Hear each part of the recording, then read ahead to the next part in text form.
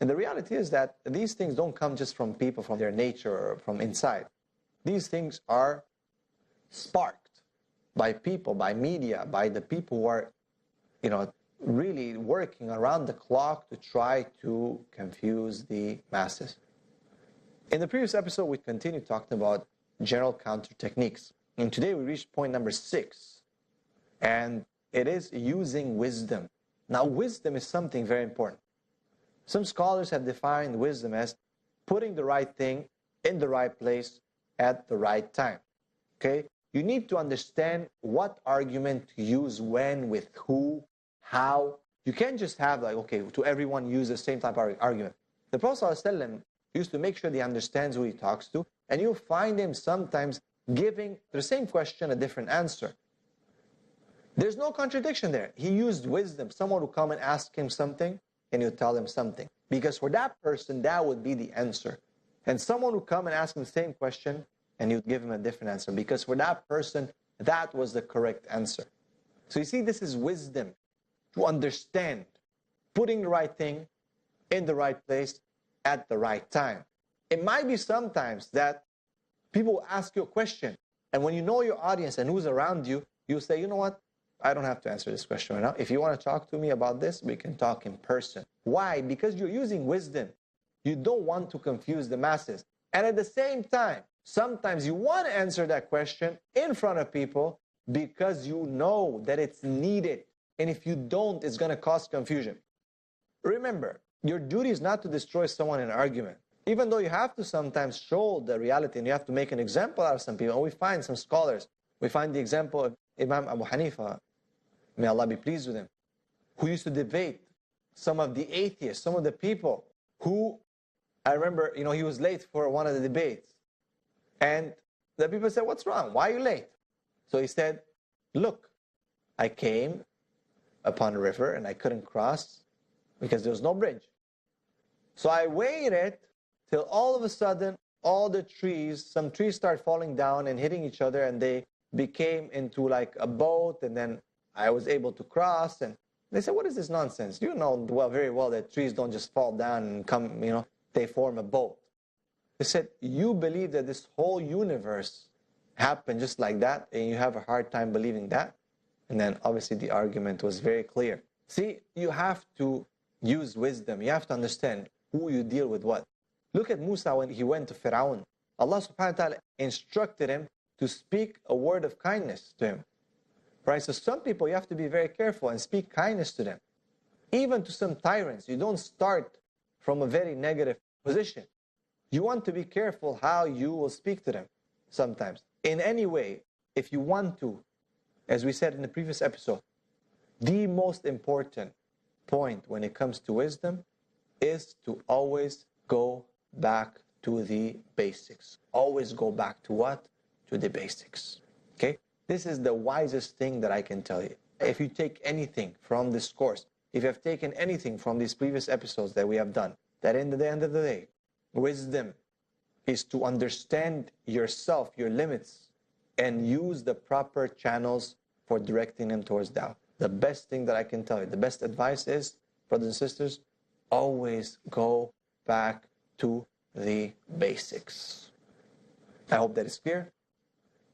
Moving on, let us start now with the examples and some of the most or the greatest misconceptions that people have about Islam. I'm going to try to take them in order. I'm going to try to elaborate as much as I can. And these are the ones that we found that are some of the most common. Now, there are a lot more. And again, if you want to find more about the articles that we write and the misconceptions that we answer, you go to icraa.org, iqra.org, and you'll find a lot of articles in detail using academic and international citation standards with abstracts, with works cited pages, using some of the classical texts and the most authentic, inshallah, and reliable texts. So now you want to pay attention. Now you want to write even in more detail, and you want to turn back to these notes. Again, if you are the person who decides that you want to do something about this, that you want to become a champion for Islam, that you want to defend your community. So I hope that you are ready. Here we go. Bismillah. One of the first accusations that we see is what? If I say to you, complete the sentence, Muslims are blank, what will you say? Even if you're a Muslim, you'll say terrorist. Okay? So the first accusation is that Islam is a violent religion. And I want to make here a point very clear. With every action, there's a reaction. So what happens is, this is not the correct understanding, but people have gone on the defense. And because they have done so, they have actually changed things. So now what we hear from the du'at and people who always try to, sometimes sugarcoat things, they say Islam is a religion of peace. Well, Islam is a religion that inclines toward peace without a doubt. Or no, they'll say Islam is peace. Well, that's not actually correct. Because if we look into the history of Islam, there was battles. Like in the history of every civilization, everything, America was built on war. Any country that you look into their history, there was war.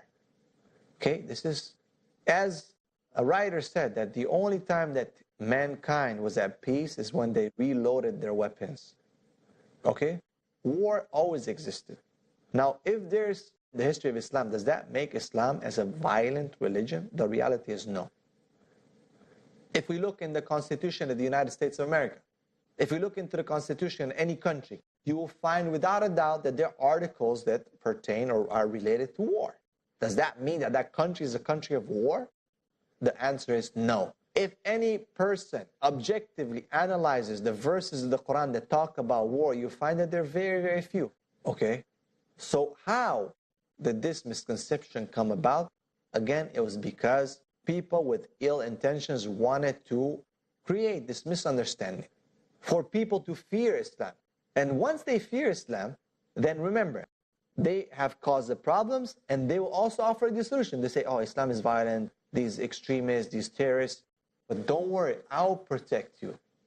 We are the ones who will stand against together, okay, the war on terror. Look at this slogan that everyone says it. We know what happened with that slogan and what happened in the history of the 21st century. How we've been affected by this, just by a slogan, the war on terror. Muslims are terrorists. People started repeating it more and more and more. What's called the repetitive effect. Meaning when you say something over and over and over and over again, the first time it's like, well, second time, third time, okay. Fourth time, fifth time, sixth time. By the seventh, eighth time, you start saying, this is the truth. This is the repetitive effect. Islam is a violent religion. Islam is a violent religion. Islam is a violent religion. So again, what happened to the reaction? The people say, no, Islam is peace. Islam is peace. Islam is peace. And both of them are wrong. Both of them are wrong. Because Islam is a religion of monotheism. Islam is a religion that has peace at its core, of course, but has also war. There's war. Islam is a religion that teaches human beings how to conduct themselves, how to live at peace, of course. But when there's danger and that peace has to be broken, it happens. Anyway, we're going to take a short break.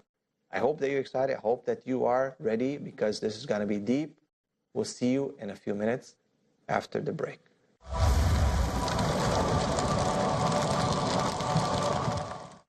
Their advice, who was raised under the banner of La ilaha illallah, Muhammadur Rasulullah. Their guidance, their foundation is based on the Quran and the teaching of the Messenger of Muhammad sallallahu alaihi wasallam. Their example, when the sun is above the heads of the people. Sayyid Raghi. This young man or young lady, on the day of Yawm al-Qiyamah, they will be under that shade, the shade of Allah subhanahu wa ta'ala. Going in the divine direction, blessing of Allah, the world of Muslim youth. Every Friday at 3:30 p.m. and repeat telecast at 2 a.m. UK on Peace TV.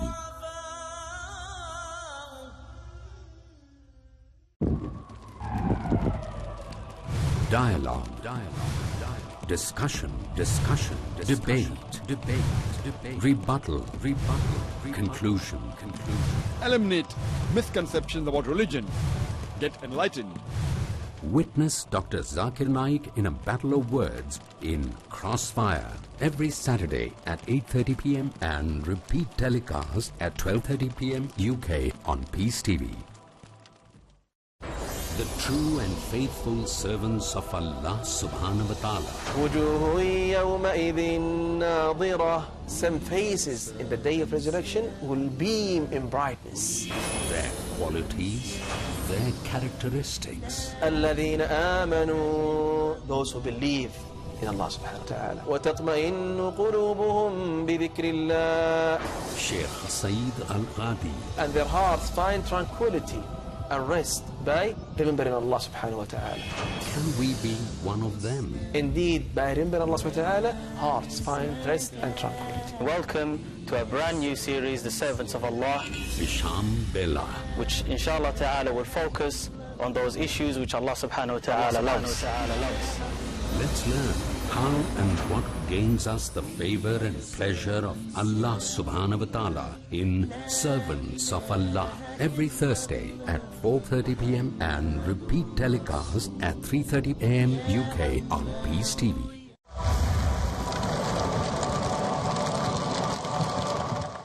Assalamu alaikum wa rahmatullahi wa barakatuh. Welcome back.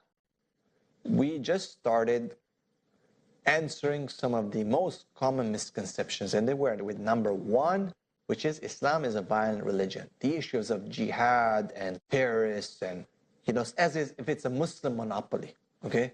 As if it is a Muslim monopoly. The whole world has focused on Islam, and they have actually closed a blind eye to all the other issues that are going around, all the other countries and all the other perpetrators who are causing so much injustice and killing so many people every day, while people are focusing on Islam. Actually, if you are to be objective and you look into the world and see who kills the most, and you find that Muslims are actually victims.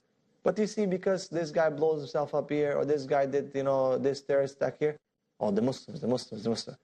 All the other terrorist attacks that are done on a daily basis, forget about, attack here every few months or attack there or every week or so. No doubt, we do not deny that these things happen. And we condemn these things against innocent people. For sure, Islam does not condone the attack on innocent people. For sure, Islam does not condone the attack of non-combatants. For sure, Islam does not allow suicide bombing and all these weird things that people see. These crazy things that people see on TV. No doubt about it. But you see, at the same time, Islam does not allow drone bombing and all the chemical weapons that people use and so on, and entering and violating the different countries and so on, and not caring about the authority and the validity of a country. Islam does not allow that as well. But you see, people blame one and they will ignore all the other ones. They focus on this little tree and they ignore the rest of the forest. And that's exactly what happened. And any person who's objective will say, yeah, you have a point. No doubt I have a point. Open your eyes, read the news, see what happens. Count who invades who. Count the number of people. Look at the fatalities and what's happening around. It's very simple. It doesn't take a rocket scientist. Just do your math. Just look, just do a bit of research. Go to Google and do a little bit of research, and then you'll find, without a doubt. But see, why? Why have we been brainwashed to believe that Islam is a religion of violence? And then, of course, as I said before the break, which causes the reaction for people to start becoming apologetic and say, no, Islam is a religion of peace. And then they start changing the religion. Why? To be politically correct, to show people that, no, you're wrong. See, we're becoming spineless, actually.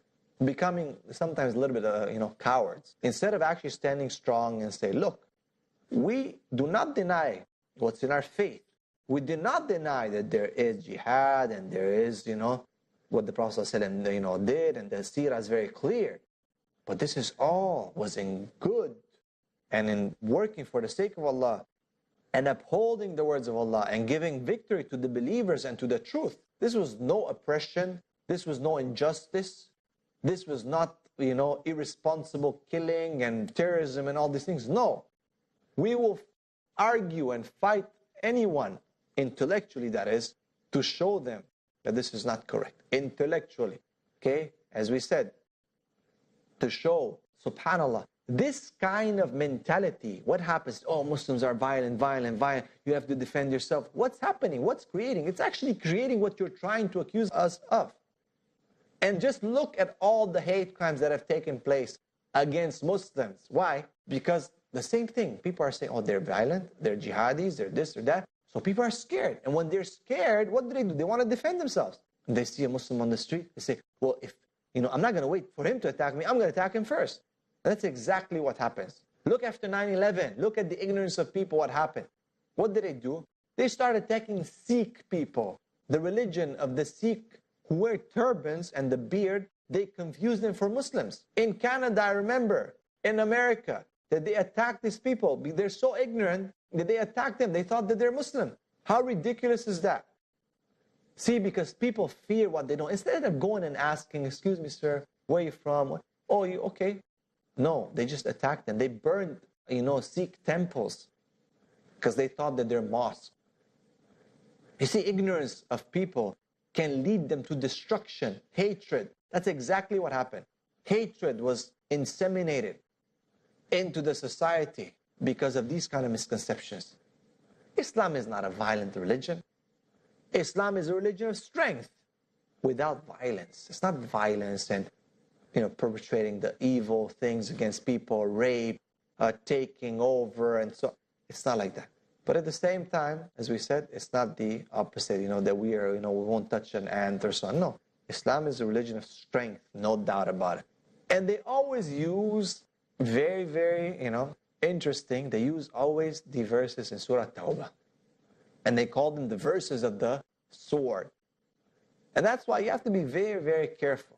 That yes, sometimes some people have commented and said certain things, but that does not mean that this is the correct understanding.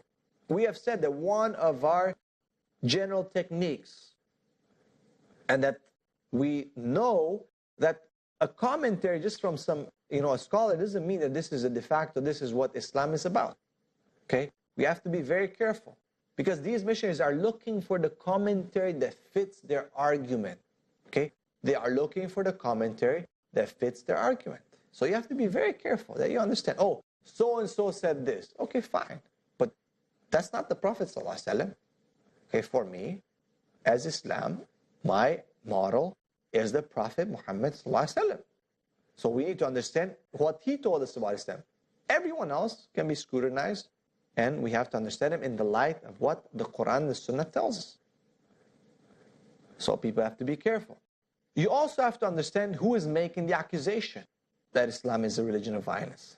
Is it a Christian, a person of the Jewish faith, a Hindu, a secular humanist? Who is making this accusation? So again, to make your answer according to that.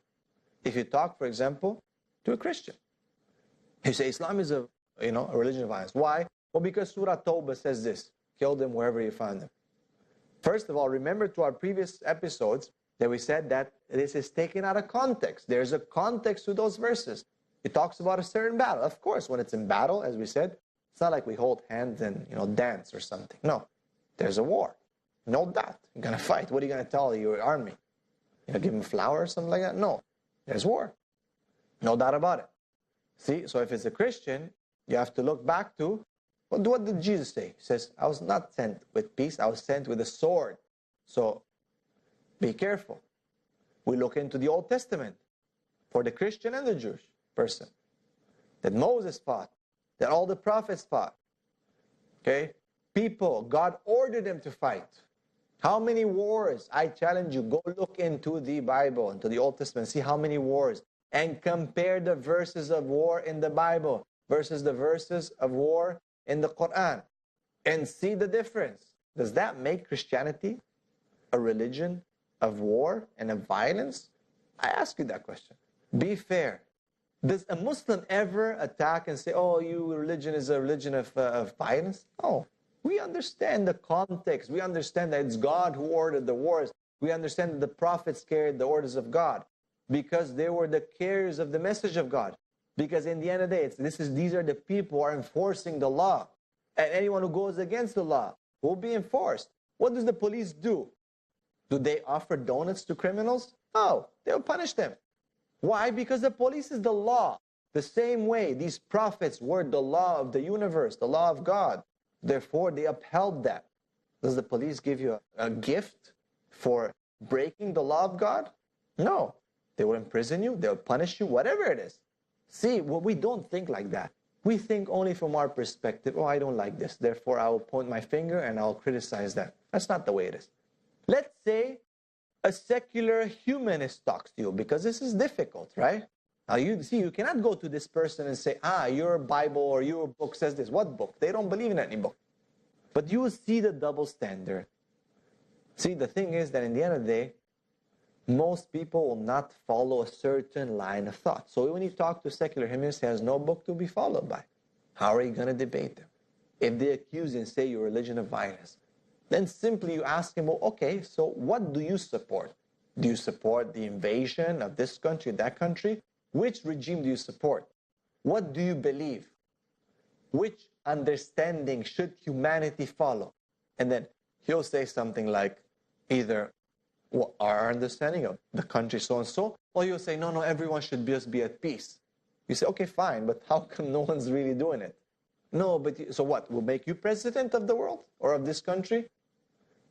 And then you'll offer peace? Why? But someone will not agree with you. And what will happen? He'll fight you. So what will you do? You will embrace him? No, you will end up fighting him. How many times people have come up with these kind of mentalities, Be it pacifistic, be it war, be it whatever different philosophies. In the end of the day, there was some violence that took place. Even for people who had so-called non-violent protests. Maybe one person can do it, maybe two, maybe three. But in the end of the day, there will be a limit. Even if they didn't fight, still, their pacifism still caused violence. See? It's unnatural that someone will just stay there and get beat up or killed. Can everyone do it? No. Maybe some people do it? Yes. Can everyone do it? No. Even the so-called misconception of give the other cheek to your enemy, that supposedly Jesus said it. Think about it. Can everyone do that?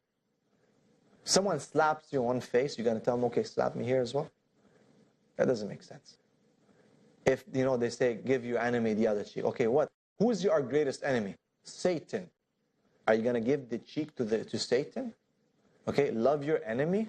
It's a very nice slogan. But when scrutinized, when analyzed, okay, we find that it doesn't make sense. Who is your biggest enemy? Love your enemy. How can you love your enemy? Who is your biggest enemy? Satan. Do you love Satan? Come on, let's be honest. No, you don't. It's a nice slogan. It means nice. Has it ever been applied? Okay, someone comes and wants to break into your house. He's your enemy. You're going to say, Tafaddal, come, please, come take over. Let me open the door for you. Oh, by the way, the safe is upstairs. Oh, my wife is in the other room. Go, please, take her. Come on, doesn't make sense. Think, brothers, think. Allah subhanahu wa ta'ala has given us a brain to think. We ran out of time, subhanAllah. And we're going to continue with this. I hope that you are following up. I hope that this is clear enough, inshallah. We'll be right, inshallah, back on the next episode. Make sure you stay tuned. Make sure you take notes. This is Defense Against Disaster, Defense Against Intellectual Apostasy. Assalamu alaikum wa rahmatullahi wa barakatuh.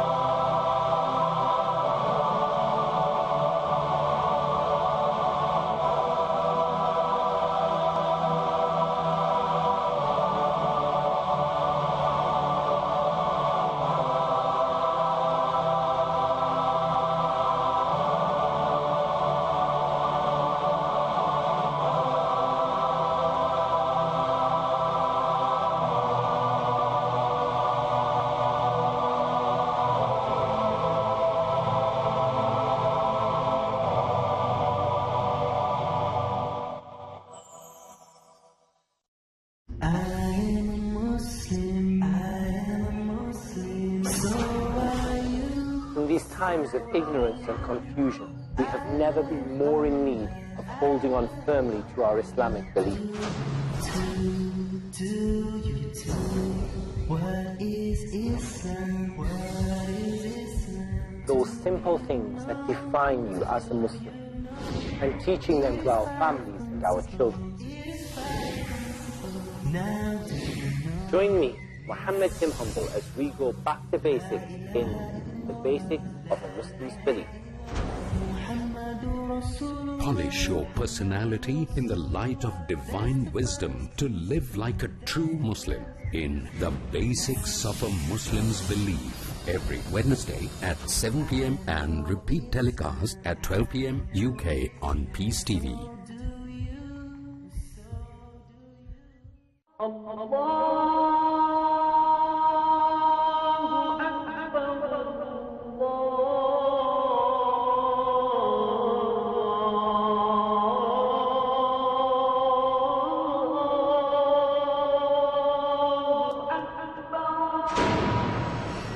Scientific notions in the glorious Quran are among its endless aspects that can testify for the divine nature of this noble book.